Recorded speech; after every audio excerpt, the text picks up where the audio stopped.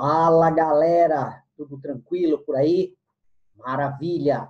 Bom, eu sou o professor Caio, professor de biologia, e hoje a nossa videoaula vai ser a respeito das verminoses, tá?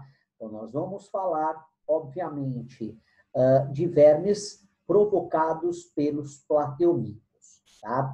Então, hoje a gente vai falar a respeito das tênias, vulgarmente conhecidas como solitárias, né? Vamos ver lá direitinho quais são os agentes intermediários, agentes definitivos, características e tudo mais. Para isso, amados, eu preparei um material para vocês. Esse material, ele vai estar disponível na descrição do vídeo, para que, obviamente, vocês possam utilizar esse material para estudo e por aí afora. Perfeito? Maravilha. Bom, nós vamos falar então sobre verminoses, nós vamos falar então sobre as tênias, chamadas de teníase ou taênia, né? Professor, mas você colocou aí dois desenhos, um tem o boi, a vaca, o outro tem o porco, justamente porque eu vou ter nessa tênia agentes etiológicos diferentes. O que acontece aqui? É uma doença, é uma verminose, causada, obviamente, pela fase adulta de dois vermes, o que a gente denomina o agente etiológico Taenia solium, em detrimento de origem aos porcos, e o que a gente entende, a Taenia saginata, de origem do gado, no caso do boi ou da vaca. Tá? A gente adquire essa doença nos alimentando de carne sem procedência, crua ou mal cozida, contendo nesta carne o verme vivo. Tá?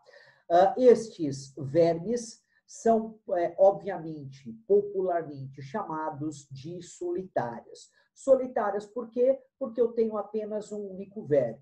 Esse verme, ele é hermafrodita, o que significa que ele consegue fazer autoduplicação ou autorreprodução.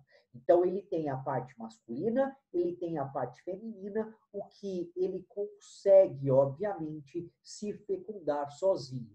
Por isso, é uma doença onde eu tenho apenas um único verme. E esse verme, ele vai crescendo mediante aí ao tempo e mediante aí a sua alimentação, tá? O seu corpo é dividido em anéis, o que eu vou chamar esses anéis de proglotes.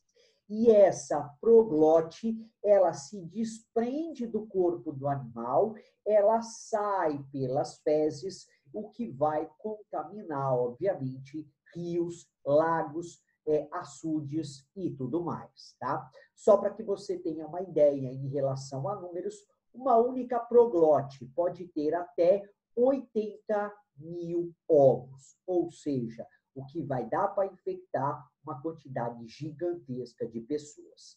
Consequentemente, esses ovos, junto com as proglotes, são eliminados pelas fezes, né? E, obviamente, ela vai ficar na água para que ocorra o seu ciclo, para que eu tenha a necessidade do agente hospedeiro intermediário, que no caso da Taenia solium será o porco, no caso da Taenia saginata vai ser o gado, o boi ou a vaca. Perfeito? Vamos entender como esse processo acontece. Muito bem. Vamos começar com a pessoa, obviamente, contaminada, nos dois casos, aqui uma mulher, aqui o homem, a pessoa contaminada com essa tênia, com essa solitária. Este verme plateuminto, esse verme achatado, ele encontra-se no intestino delgado.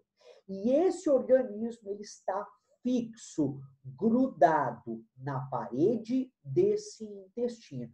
O que a gente pode determinar pelo tamanho dos ganchos, tá? Pelo tamanho ou pela forma aí do escórex, da cabeça desse verme, de quem ele é, obviamente, determinado. Se veio de origem do porco ou se veio de origem, obviamente, da vaca. Se a gente olhar essas duas imagens que eu tenho aqui embaixo, aqui eu tenho a cabeça. Repara que essa cabeça, ele tem os ganchos e eu tenho três, obviamente, estruturas chamadas de ventosas que vão se prender no nosso intestino. Essa escórex, ou essa cabeça, obviamente, ele apresenta ganchos aqui na parte de cima. E repara que ela tem três ventosas, o que ela é de origem de um verme proveniente dos porcos. Então, esse cara é uma tênia sólida. Representando aqui do lado, obviamente, eu tenho uma tênia saginata, porque eu terei a presença de quatro, obviamente, de quatro ventosas. Eu tenho duas aqui na frente e duas que estão atrás. Então, esse organismo, chamado de solitária, ele vai liberar partes do seu corpo, o que a gente chama de proglote. E é dentro dessa proglote, obviamente, que vão se encontrar aí uma grande quantidade de ovos, podendo chegar até a 80 mil ovos. Posso analisar aqui ainda as partes sexuais. Eu tenho aqui, nessa parte superior, o ovário, eu tenho aqui, nessa região, poro genital, e aqui, obviamente, é onde ocorre o desenvolvimento desse organismo, tá? Olha lá as proglotes e sempre a última que é eliminada. Ou seja, tanto a mulher quanto o homem contaminado, ele vai liberar pelas fezes, tá? Esses ovos. Esses ovos mantêm-se na área externa, nas lagoas, nos rios ou nos lagos, como ovos. Não ocorre, como na esquistossomose, a liberação da larva. Ele fica na forma de ovo. O embrião ele fica lá dentro, tá? E aí, obviamente, quando esse porco ele se alimenta desses ovos pela alimentação ou tomando água, esses ovos vai parar na musculatura, na carne desses organismos, tanto do porco quanto do boi. E ali eclode. Aí sim, nessa região vai eclodir as larvas e essa larva vai ficar no tegumento desses organismos. Ou seja, a larva viva vai ficar na musculatura, tanto do porco quanto do boi. Agora, quando esses animais são abatidos, claro que são animais criados sem o menor rigor de qualidade de saneamento básico. Então, repara que esses animais, para adquirirem essa doença, ele se alimentou de alimento contaminado ou de ovos contaminados. E aí é óbvio que essa larva vai parar na musculatura. O homem, ele se alimenta dessa carne, contendo esses vermes.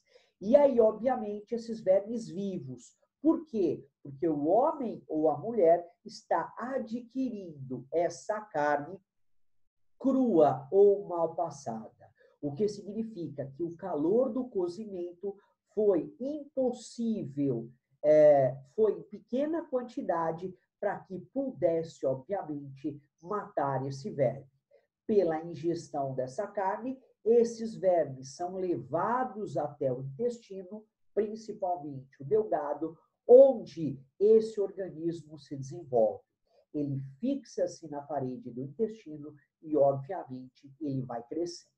Uma característica importantíssima desse verme, que muitas pessoas esquecem até, é esses vermes, tanto a solitária em detrimento do porco quanto da vaca, eles apresentam a ausência, sabe do quê? De sistema digestório. Pô, professor, mas como é que um organismo vivo não tem sistema digestório? Esses vermes não têm. Sabe por quê? Porque no intestino delgado, o alimento ele está previamente, obviamente, digerido. O que esse organismo basta apenas se alimentar. O que ele não ocorre a digestão desse organismo, sendo vermes com a ausência do sistema digestório. Perfeito?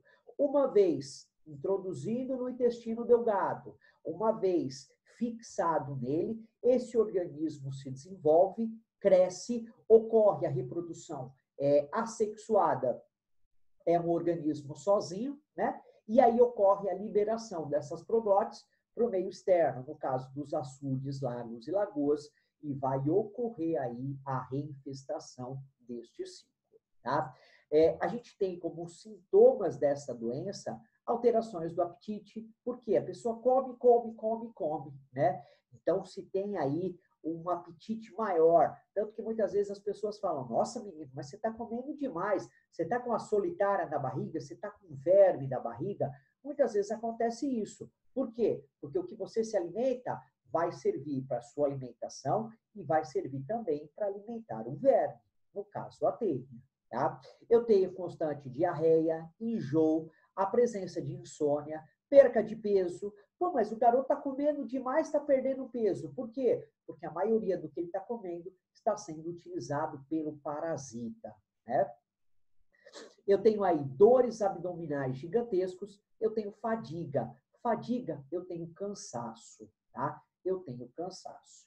No tratamento dessa doença, a ingestão de anti-histamínico com ou não a presença de vermicida. Aí quem vai determinar isso é, obviamente, o médico responsável pela análise, tá? Eu tenho como tratamento, primeira coisa, o tratamento dos doentes. Segunda coisa, eu tenho aí o saneamento básico, orientação, né? Eu tenho a informação mencionando não necessidade e fato errado de se defecar em lagoas e sim em fossas sépticas, né? Eu tenho lá não defecar em lagoas, já tinha mencionado, lavar bem as mãos antes de ir ao banheiro, para quê? Para se não autocontaminar, né? E trazer aí consigo nas unhas, nos dedos, ovos dessa tênia, né? Comer carne, não comer carne crua ou mal passada, presta atenção, galera, que não tenha procedência, tá? Então, muitas vezes o meu aluno vira e fala, pô, professor, sacanagem, você melou o meu churrasco do final de semana, como é que eu vou comer aquela picanha mal passada? Você pode comer a picanha mal passada, sabendo que essa carne, obviamente, ela tenha procedência, que esse gado ele foi criado, confinado, com todo o saneamento básico e com toda a orientação, para que ele não tenha acesso a essas lagoas. Sendo assim, o consumo da carne mal passada, ela está liberada, tá? Então, a gente tem que entender muito bem o que está acontecendo. Eu não posso comer carne crua ou mal passada sem procedência, tá? Deve-se congelar a carne. Então, quando você compra a carne, deve-se congelar aí numa temperatura de, no mínimo, negativo 15 graus, por no mínimo 3 dias. Para quê? Para se ela tiver esse verme, no caso, morrer congelado. Tá?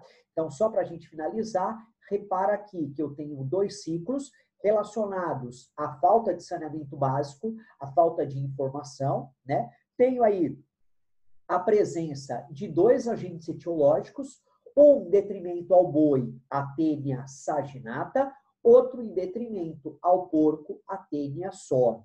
E terei ainda nesse ciclo vital os 2 hospedeiros. O intermediário, no caso da tênia sólio, o gado, e no caso da tênia saginata, o gado, e no caso da tênia sólio, eu terei aí o porco. Então, esses 2 são os agentes intermediários. E agente definitivo, obviamente, será o homem. Perfeito? Galera, finalizamos, então, aí nossa videoaula referente aí às teníases. Repara aí, espero que tenha ficado bem claro essa diferenciação. Uma patologia, uma doença provocada aí com a presença de 2 agentes etiológicos, né? Isso é comum, né? E aí, obviamente, tudo em detrimento à falta de saneamento básico. Fechou? Amados, se vocês gostaram da nossa aula, se inscrevam no canal, ativem aí as notificações para que, obviamente, cada vez que sair vídeo novo no canal, vocês estarem sendo aí informados e auxiliar o estudo de vocês. Por enquanto, eu vou ficando por aqui. Muito obrigado aí pela participação e até a nossa próxima videoaula. Fiquem com Deus.